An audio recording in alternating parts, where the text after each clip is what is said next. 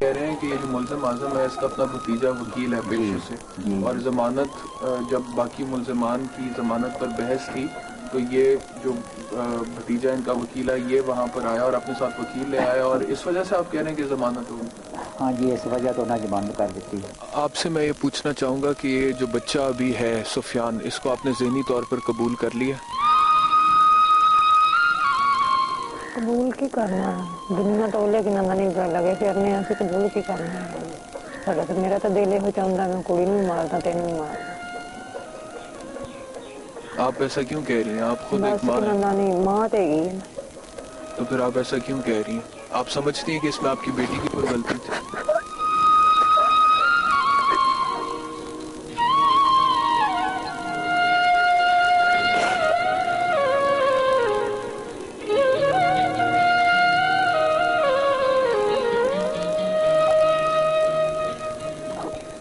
جو گناہ کسی اور نے کیا اس کی سزا انہیں تو نہیں ملنی چاہیے، سائمہ کو تو نہیں ملنی چاہیے، سفیان کو تو نہیں ملنی چاہیے۔ جہاں تک تفتیش کا تعلق ہے، جہاں تک مقدمے کا تعلق ہے، جیسا کہ آپ نے خود کہا کہ پولیس آپ کے ساتھ تعاون کر رہی ہے اور ملزم جو ہے اس کو گنہگار بھی لکھا ہے، ڈی این اے ٹیسٹ کی رپورٹ آنے والی ہے۔ یہ مقدمہ جس طرح کا ہے اور جس طرح سے آپ بتا رہے ہیں کہ تفتیش بھی میرٹس پہ ہو رہی ہے، ملزم کو اس کی سزا ملے گی، ملزم کو اس کی سزا ملے گی، ضرور ملے گی انشاءاللہ، کیونکہ ہمارے ملک میں قانون ہے، عدالتیں ہیں۔ ٹھیک ہے کچھ لوگ اس طرح کے ہیں جو قانون کا غلط استعمال کرتے ہیں، عدالتوں میں مسائل ہیں، لیکن اس کا یہ مطلب نہیں ہے کہ پورے کا پورا معاشرہ بے حس ہو چکا ہے۔ تمام دیکھنے والوں سے بھی یہی گزارش کروں گا، یہ گھر آپ کے سامنے ہے، اس کی حالت آپ کے سامنے ہے، سائمہ آپ کے سامنے بیٹھی ہے، سفیان اس کی گود میں ہے۔ میں صرف اتنا کہوں گا کہ اس گھر کی جو حالت ہے، یہاں پر جو غربت ہے، اس طرح کی جگہ پہ جب کوئی بچہ پیدا ہوتا ہے ویسے اس کا مستقبل غیر محفوظ ہوتا ہے، لیکن سفیان جن حالات میں پیدا ہوا ہے اس کا کیا مستقبل ہوگا، اس کا فیصلہ سائمہ کو نہیں کرنا یا اس کے والدین کو نہیں کرنا، اس کے جواب دہ ہم سب ہیں، یہ معاشرہ اس کا جواب دہ، ہمیں اس کا فیصلہ کرنا ہے اور ہمیں اپنا کردار ادا کرنا ہے۔ آج اگر اس گھر پہ برا وقت آیا ہے تو ہمیں یہ دیکھنا ہے کہ ہم بطور انسان اس معاشرے میں کیا بہتری لا سکتے ہیں اور ان کی کیا مدد کر سکتے ہیں۔